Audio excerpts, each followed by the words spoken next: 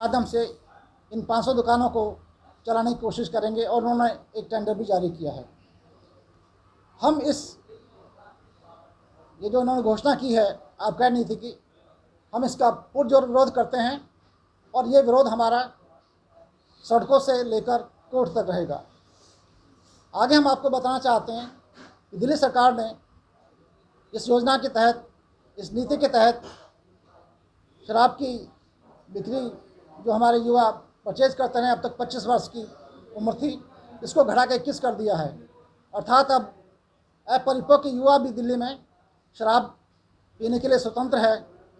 ये एक बड़ा पारिवारिक प्रश्न खड़ा हो जाएगा दिल्ली के अंदर, क्योंकि 21 साल की उम्र का बच्चा जिसकी हम सब शादी नहीं करते हैं, ये मान के चलते हैं कि अभी अबोध बालक है वो। और इस नई नीति के तहत दिल्ली सरकार ने यह भी घोषणा की है कि शराब के जो रेस्टोरेंट होंगे जहाँ सील की जाएगी, ये 3 बजे तक रात को खुलेंगे। तो ये क्या मंशा है दिल्ली सरकार की, ये कुछ समझ से परे है। इसी के साथ साथ जो इसके दुष्परिणाम सामने आए हैं उसका यह है कि दिल्ली सरकार के इन चारों निगमों में हजारों कर्मचारी अनुसूचित जाति जनजाति के भी हैं, जो बड़ी मुश्किल से आरक्षण के माध्यम से नौकरी प्राप्त की थी।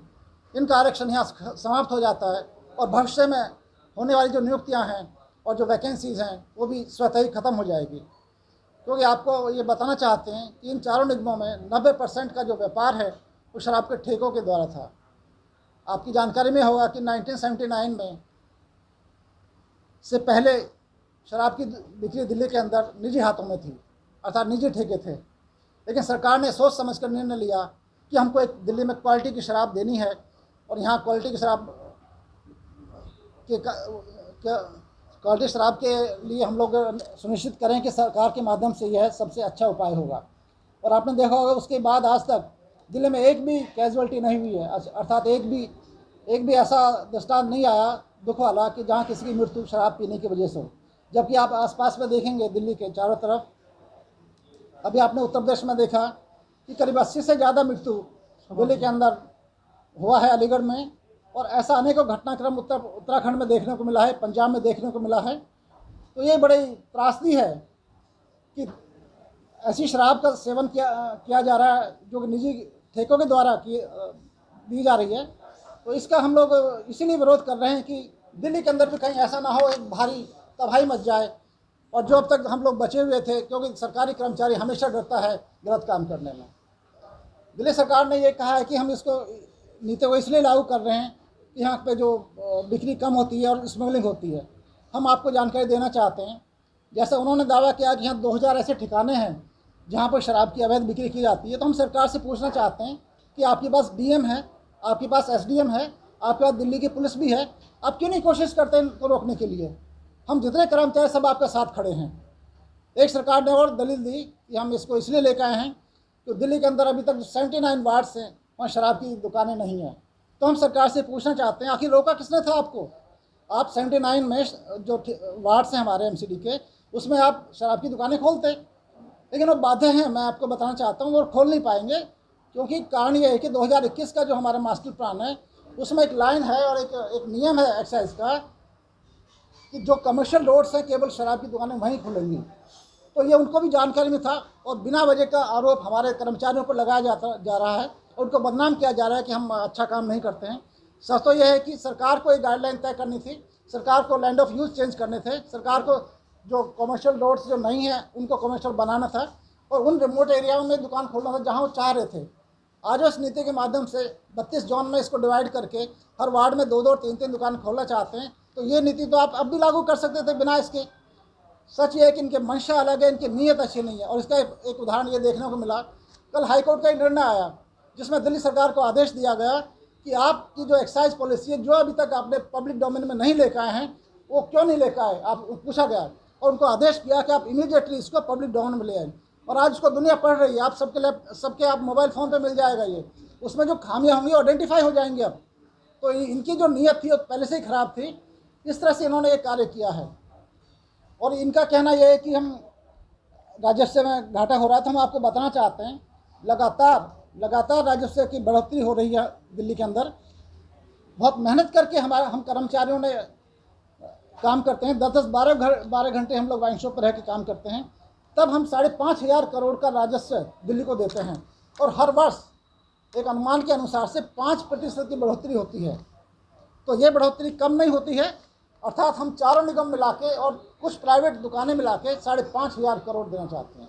और हम सरकार से पूछना चाहते हैं कि जब कोरोना काल 2019 में हुआ था, तब आपने 70% एकदम कोरोना टैक्स लगा दिया था, तब किसी ने कोई आपत्ति नहीं की थी, क्योंकि दिल्ली वासियों का दिल बड़ा है, उन्होंने शराब पी है, जरूर ड्रिंक करते हैं, लेकिन उन्होंने टैक्स भी दिया था। आज क्या आपत्ति है? आप 20% की बढ़ोतरी की बात करते हैं, हम कह रहे हैं आप 30% टैक्स लगा दीजिए, दिल्ली में कोई मना नहीं करेगा इसको। तो प्रश्न ये है कि दिल्ली सरकार की नीयत ठीक नहीं है, ये कार्य वो क्यों कर रहे हैं ये तो वो जाने। मेरे हिसाब से तो कहीं पे निगाह और कहीं पे निशाने वाली कहानी है इनकी। जो समझदार हैं वो समझ चुके हैं इस प्रश्न को, और आने वाले दिनों में यह और खुलासा हो जाएगा। इस तरह से और भी आपको मैं बता दूं, दिल्ली जितने भी हमारे वाइन शॉप्स के ठेके हैं, गवर्नमेंट की एक नीति है आरक्षण की भी मैं बता दूं उसमें। जैसे हाउसिंग यूनिट्स दिल्ली में डीडीए के द्वारा चलाई जाती है स्कीम्स, केंद्र सरकार के द्वारा आपको पेट्रोल पंप का वितरण किया जाता है जो जगह है, इस तरह गैस की एजेंसी का वितरण किया जाता है जो विक्रय केंद्र होते हैं, वहाँ पे एक रिजर्वेशन लागू होता है। लेकिन दिल्ली सरकार ने इस आबकारी नीति के तहत कहीं भी स्पष्ट उल्लेख नहीं किया है कि इस नीति के तहत भी आरक्षण की व्यवस्था की जाएगी, अर्थात जो SC/ST के उद्यमी हैं उनको आत्मनिर्भर बनाने के लिए सरकार ने कुछ नहीं किया है।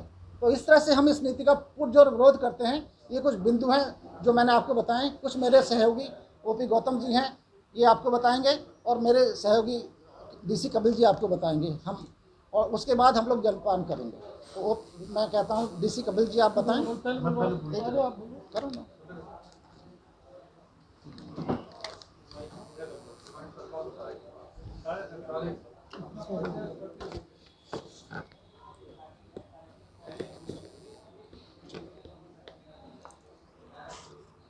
बड़े विस्तार से जाटव साहब ने आपको इस आबकारी नीतियों की खामियां गिनवाई हैं और बताने का काम किया है कि किस तरीके से ये आने वाले समय में दिल्ली की जनता को प्रभावित करेगी और इन चारों कॉरपोरेशन में काम करने वाले कर्मचारियों को प्रभावित करेगी। आप लोगों के माध्यम से दिल्ली सरकार का जो दोहरा चरित्र है वो जनता के सामने धीरे धीरे आ रहा है, और इस प्रेस वार्ता के माध्यम से हम ये कहना चाहेंगे कि आम आदमी पार्टी के राज्यसभा के सांसद आदरणीय संजय सिंह जी राज्यसभा में खड़े होकर के मोदी के खिलाफ बहुत अच्छे भाषण देते हैं और निजीकरण का खुल के विरोध करते हैं। वही पार्टी दिल्ली के अंदर वही काम कर रही है जो केंद्र सरकार दूसरी जगह करती है। तो ये जो इनकी दोहरा चरित्र है ये बिल्कुल टोटली गलत है, और कॉरपोरेशन के कर्मचारियों से और कर्मचारी संगठनों से बिना बात किए हुए इस आबकारी नीति को लादना और ज़बरदस्ती कर्मचारियों के ऊपर थोपना ये टोटली गलत है। देश में जहाँ जहाँ पर भी निजीकरण की प्रथा हुई है, जहाँ भी प्राइवेटाइजेशन हुआ है, सबसे पहले वहाँ पर जो कार्यरत कर्मचारी हैं और कर्मचारियों के जो संगठन हैं उन संगठनों से बैठ कर के वार्तालाप की जाती है, उनसे पूछा जाता है, और सबसे बड़ी बात यह है कि उन विभागों में काम करने वाले जो कर्मचारी हैं उनके आगे के फ्यूचर के लिए एक गारंटी कार्ड इशू किया जाता है कि आपकी नौकरी को कुछ नहीं होगा। यहाँ पर इस बार दिल्ली में जो होने जा रहा है ऐसा कहीं कुछ नहीं हुआ। किसी भी कॉरपोरेशन के किसी भी कर्मचारी से किसी भी तरीके की ये बात नहीं पूछी गई संगठनों से कि भाई इस प्राइवेटाइजेशन के बाद इनकी इनकम कहाँ से होगी, इनकी सैलरी कहाँ से मिलेगी, और इनका आने वाले समय में मेडिकल और टर्मिनल बेनिफिट्स आफ्टर रिटायरमेंट जो मिलते हैं वो कैसे मिलेंगे। आपके सामने उदाहरण है MCD का। MCD के बहुत सारे केस हाई कोर्ट में चल रहे हैं और MCD वहाँ पर जाकर के हाथ खड़े कर देती है, और हाई कोर्ट ने तो यहाँ तक भी कह दिया है कि अगर आपके पास कर्मचारियों को सैलरी देने के लिए पैसा नहीं है तो आप अपनी बिल्डिंग का नीलामी कर दें। वही स्थिति आने वाले समय में इन चारों कॉरपोरेशन के कर्मचारियों के सामने आने वाली है। तो जो कर्मचारी इस काम कर रहे हैं इनका क्या होगा, इनके भविष्य का क्या होगा, जब तक सरकार अपनी नीति निर्धारित नहीं करती।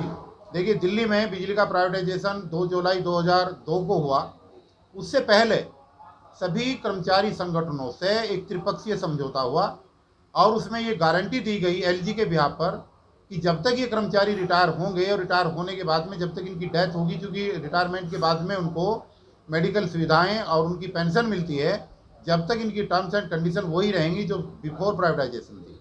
इस तरीके का प्रोविज़न, इस तरीके का प्रावधान यहाँ के निगम में काम करने वाले किसी भी कर्मचारी के साथ इस सरकार ने नहीं किया। और सरकार तो कल को हाथ खड़े कर देगी, हमारे बस का क्यों कुछ नहीं है। इसलिए हम सरकार से ये आग्रह कर रहे हैं, और पहले भी हमने प्रेस वार्ता के माध्यम से आग्रह किया था कि आप अपनी नीति का स्पष्टीकरण दो, कर्मचारियों के भविष्य का क्या होगा इस पर अपनी नीयत साफ करो। और अगर ऐसा ना हुआ, एक सबसे बड़ी कमी जो अभी जाटव साहब ने भी बताई है कि इसमें जो है आरक्षण की नीति की व्यवस्था नहीं की गई है। जो जहाँ पर भी जिस तरीके की प्रोविज़न होते हैं तो आरक्षण का प्रावधान किया जाता है। जितनी भी दुकानें ये प्राइवेट करने जा रहे हैं उन दुकानों पर हमारा SC ST और OBC का कर्मचारी भी वहाँ पर काम करता था। उनका भविष्य तो खराब होगा ही होगा। आने वाले समय में आने वाली पीढ़ी जिनको नौकरी मिलनी थी और वैकेंसी मिलनी थी, उनका रास्ता परमानेंटली बंद होगा।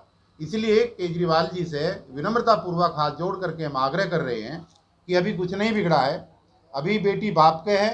आप रिजर्वेशन पॉलिसी लागू करो, कारपोरेशन में काम करने वाले सभी कर्मचारियों के भविष्य के ऊपर जो है आप त्रिपक्षीय समझौता करो कर्मचारियों के साथ बैठ करके। और अगर वो मनमानी करेंगे तो हम लोग चुप बैठने वाले नहीं।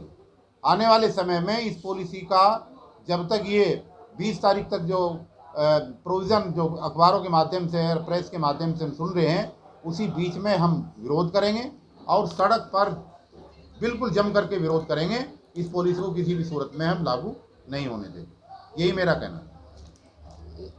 इससे पहले कि OP गौतम जी मेरे सहयोगी बोले, मैं एक बात और भी आपको एक ऐलान करना चाहता हूँ। कल हमने LG साहब को और दिल्ली के मुख्यमंत्री को, दिल्ली के उप मुख्यमंत्री को एक लेटर लिखा है। हमने बेसिकली रिमाइंडर दिया है और सरकार को हमने चेतावनी दी है कि यदि आपने 11 तारीख से पहले हमारे जो कर्मचारी प्रतिनिधि उनको बुलाया नहीं गया और हमारे साथ संवाद स्थापित नहीं गया और इस नीति को वापस नहीं लेगा, तो 12 तारीख को शहीद भगत सिंह पार्क ITO पर हम एक सांकेतिक धरना देंगे और उस समय हम सरकार को बताएंगे कि आपकी नीति कर्मचारियों के खिलाफ ही नहीं, पूरी दिल्ली के खिलाफ है। ये और मैं ऐड जो करना चाहता हूँ। और ये भी स्पष्ट है, जैसे कि मेरे सहयोगी ने कहा, कपिल जी ने, यदि ये 4 निगम पे जो बिजनेस ट्रांजेक्शन है ख़त्म हो जाता है, शराब की दुकानें वापस ले ली जाती हैं, तो ये दिवालिया घोषित हो जाएंगी, तो ये कर्मचारियों की छटनी होगी, ये सरप्लस में पूल में आ जाएंगे।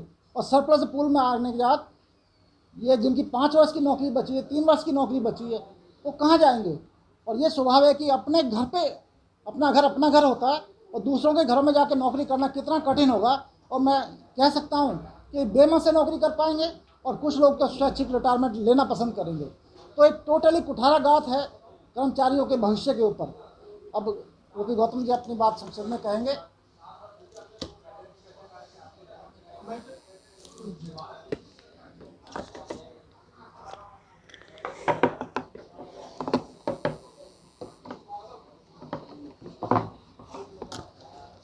पहले तो सभी प्रेस के एंकरों को और संपादकों को मेरी तरफ से नमस्कार और बहुत बहुत धन्यवाद कि जो आज BK जाटव जी ने आबकारी नीति के ऊपर दिल्ली सरकार के जो काम हैं उसके ऊपर ये जो प्रेस वार्ता बुलाई है, क्योंकि ये प्रेस वार्ता जो बिल्कुल बहुत अच्छे मौके पर बुलाई है। हमारे जो केजरीवाल जी हैं, केजरीवाल जी जिस तरीके से नीति चला रहे हैं आज, क्योंकि जब ये पहली सरकार बनी थी, जब ये कुछ और कहते थे, आज ये कुछ और कह रहे हैं। क्योंकि जो ये आज वही बात कह रहे हैं जो केंद्र सरकार कहती थी। क्योंकि आबकारी जो बनाया है, अभी इन्होंने जाटव साहब ने भी एक एग्जाम्पल दिया था, बरेली का भी, मध्य प्रदेश का भी, पंजाब का भी और अलीगढ़ का भी। अलीगढ़ में 125 लोग शराब से मरे थे और वो ऐसे मरे थे कि उनको अल्कोहल की जगह पर दूसरा जो केमिकल था जो उसके लिए सैनिटाइज़र के लिए दिया गया था, उसमें दिया गया था। क्योंकि आपने देखा होगा 1980 से ये जो नीति दिल्ली में बदली, पहले भी यहाँ भी प्राइवेट ठेके थे और प्राइवेट ठेके के बाद में दिल्ली में आज तक एक आदमी शराब की वजह से नहीं मरा। अगर वो मरा भी होगा, कोई हादसा हुआ भी होगा, तो वो राजस्थान से देसी शराब आई होगी या हरियाणा से देसी शराब आई होगी या यूपी से आई होगी। तो कहने का मतलब है कि ये जो निजीकरण की बात कर रहे हैं, ये जो आबकारी नीति को दे रहे हैं, मुझे नहीं लगता कि जो अभी SC ST OBC की बात हो रही थी, जो 30 करोड़ रुपए की बात हो रही है, 30 करोड़, मैं तो कहता हूँ कि इनमें से 30 लोग नहीं दे सके। एक आदमी की बात नहीं कर रहा मैं, 1 करोड़, जो 30 करोड़ है, हम 30 आदमी नहीं दे सकते, चाहे वो रिटायर्ड पर्सन हो या वैसा हो। तो 30 करोड़ तो वही देंगे और उन्हीं की दुकान होंगी, केजरीवाल की खुद की दुकान होंगी। ऐसे ही उन्होंने जो या इसमें धांधलेबाजी की है, जो स्टाफ DTC में जो बुलाया है, उसमें वहाँ भी ऐसा ही हो रहा है। और इस तरीके से जो गवर्नमेंट एम्प्लॉइज है, चाहे वो SC का हो, चाहे ST का, चाहे OBC का, चाहे वो जनरल का, जब स्टाफ ही ख़त्म हो जाएगा, निजीकरण ही हो जाएगा, तो उसमें तो जनरल के लोगों को भी नुकसान है। ऐसा नहीं है कि वो SC ST के लिए। और ये जो 1980 से लगी, 80 के लगने के बाद में दिल्ली में एक हादसा नहीं हुआ। और ऐसे ही अगर ये इन्होंने निजीकरण करके आबकारी नीति को बदल के और यह ठेकेदार निजी हाथों में दे दिया जाएगा, तो मैं कहता हूँ कि जैसे यूपी, हरियाणा या मध्य प्रदेश और राजस्थान में रोज़ाना डेथ हो रही है, उस तरीके से हमारे लोगों की, गरीब लोगों की डेथ होंगी। और ये जो और भुखमरी भी होगी। जो हम लोग नौकरी कर रहे हैं, वैसे नियम ये होता है कि जो आदमी जिस नौकरी पर लगा है, जिस रूल रेगुलेशन के तहत लगा है, जब तक वो रिटायर नहीं होता, जब तक उसके साथ वही रूल रेगुलेशन लागू होते हैं। ऐसा नहीं है कि उन्हें बीच में ही जाके हटा दो और उनको नौकरी से हटा दो, कहते भाई हमारा स्टाफ शॉर्टेज में है, ये है वो है। लेकिन ऐसा होता नहीं, क्योंकि अब जो आज नीति है, हम भी सोचते थे कि केजरीवाल जी बहुत अच्छा काम करेंगे क्योंकि दूसरी नीति आई, लेकिन मुझे लगता है कि ये कहने में कोई संकोच नहीं है कि जो केंद्र सरकार कर रही है वही केजरीवाल सरकार कर रही है। वही मैं अपनी वाणी को विराम लगाता हूँ। नमस्कार। ये सब तथ्य आपके सामने हमने रखे हैं। यदि आपका कोई प्रश्न हम सबसे है तो हम अवश्य उसका जवाब देने की कोशिश करेंगे। अगर 8 तारीख के सांकेतिक धरने के बाद में सरकार आपकी बात नहीं सुनती तो फिर अगला कदम क्या होगा? हमारा 21 जुलाई को ड्राई डे है, उस दिन हमारा एक बड़ा आंदोलन होगा। और उस दिन भी नहीं रुकती तो आगे फिर एक ड्राई डे हमारा 10 अगस्त को आएगा, तब हम एक बड़ी योजना के साथ काम करेंगे। लेकिन इतना ही नहीं, हम इसको लगातार सरकार को निवेदन करेंगे और हम दिल्ली की जनता को ये समझाने की कोशिश करेंगे। हम सर्वे करेंगे और कराएंगे कि दिल्ली में आपको क्या चाहिए। आपको एक अनुशासित कर्मचारी के माध्यम से शराब की बिक्री चाहिए या मनमानी करने वाले उस प्राइवेट दुकानदारों से आपको शराब की बिक्री चाहिए। पिछली सरकार में आप तमाम साथियों ने खुलकर बीजेपी को हटाने के लिए या बीजेपी को हराने के लिए केजरीवाल सरकार का समर्थन किया था और बड़ी सभा हुई थी। आज ऐसी क्या बात है कि केजरीवाल साहब आपके हाथों से बाहर निकल गए? देखिए कब्जे में क्यों ले पा रहे, आप उनको दबाव में क्यों ला पा रहे? देखिए, मतदाताओं ने उनको वोट अवश्य दिया था, लेकिन निश्चित रूप से इस बात के लिए वोट नहीं दिया था कि आप निजीकरण करेंगे। इतना ही नहीं, आज समय का अभाव है। हम आपको बता दें कि दिल्ली में कम से कम 2.5-3 लाख से ज़्यादा इन्होंने आउटसोर्स से भर्ती की है और दिल्ली वासियों को जिन्होंने छला है बेसिकली। तो जो सामने नहीं था वो सामने आ चुका है। मतलब ये दिल्ली गवर्नमेंट एक्सपोज हो चुकी है।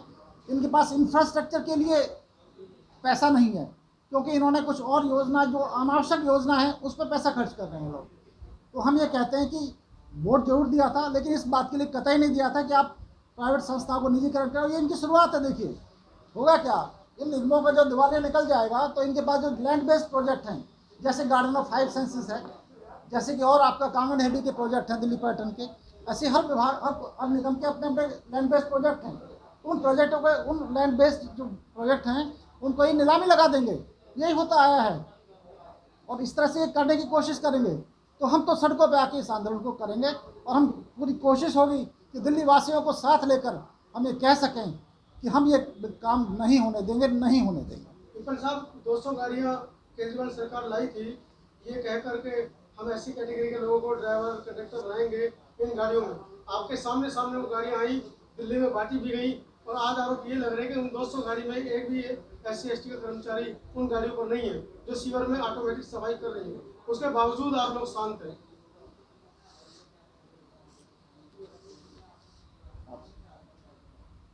शांत नहीं है। पिछला पीरियड काफ़ी समय से कोरोना में चला गया, 1 साल से।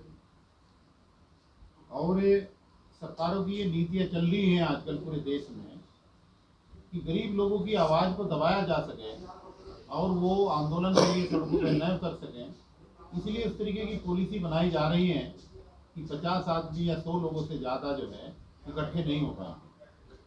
अब चूँकि 50-100 लोगों से इकट्ठे होने से जन आंदोलन नहीं बनता, उसका सरकारें फ़ायदा उठाती रही है।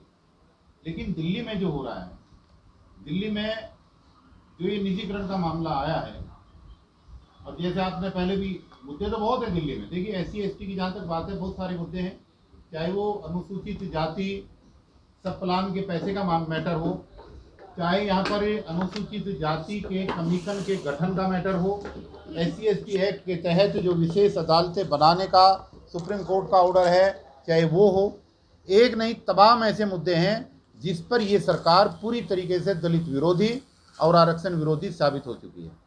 और अभी तक जो है पिछले 2 साल में ये कोरोना का आड़ लेकर के सरकारें जो है आंदोलनों को कुचलने का काम करती रही और आराम से बैठी रही। पहली तो मेरी गुजारिश ये है सरकार से, और विशेष रूप से कोर्ट से भी, कि जब कोरोना काल के अंदर लोगों को इकट्ठा होकर के प्रदर्शन करने की इजाज़त नहीं है, ये तो चल रहा है ना सब जगह कि भाई इतने लोगों से नहीं हो सकता।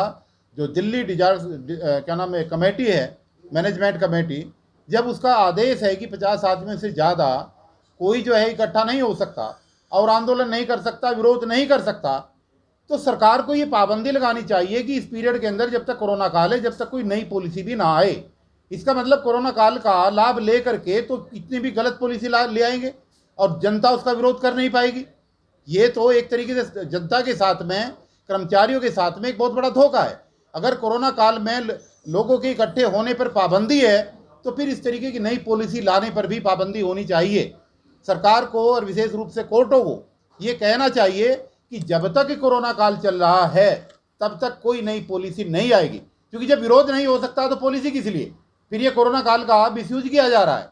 और बड़े आपके चैनल के माध्यम से हम बता देना चाहते हैं कि कोरोना हो या ना हो और हमें बेशक जेल जाना पड़े, लेकिन आबकारी नीति का हम जमकर विरोध करेंगे और हम डिजास्टर मैनेजमेंट कमेटी की गाइडलाइन का पालन बिल्कुल नहीं करेंगे। ना 50 आदमियों की परवाह करेंगे, ना 100 की करेंगे। अगर हम आबकारी नीति का जो है ना विरोध करने के लिए सड़क पर उतरेंगे तो हम हजारों की संख्या में उतरेंगे और सारे सामाजिक संगठनों को लेकर के उतरेंगे। हम इसके लिए पीछे नहीं हटेंगे, बिल्कुल नहीं हटेंगे, चाहे जेल जाना पड़े इसके लिए। नहीं तो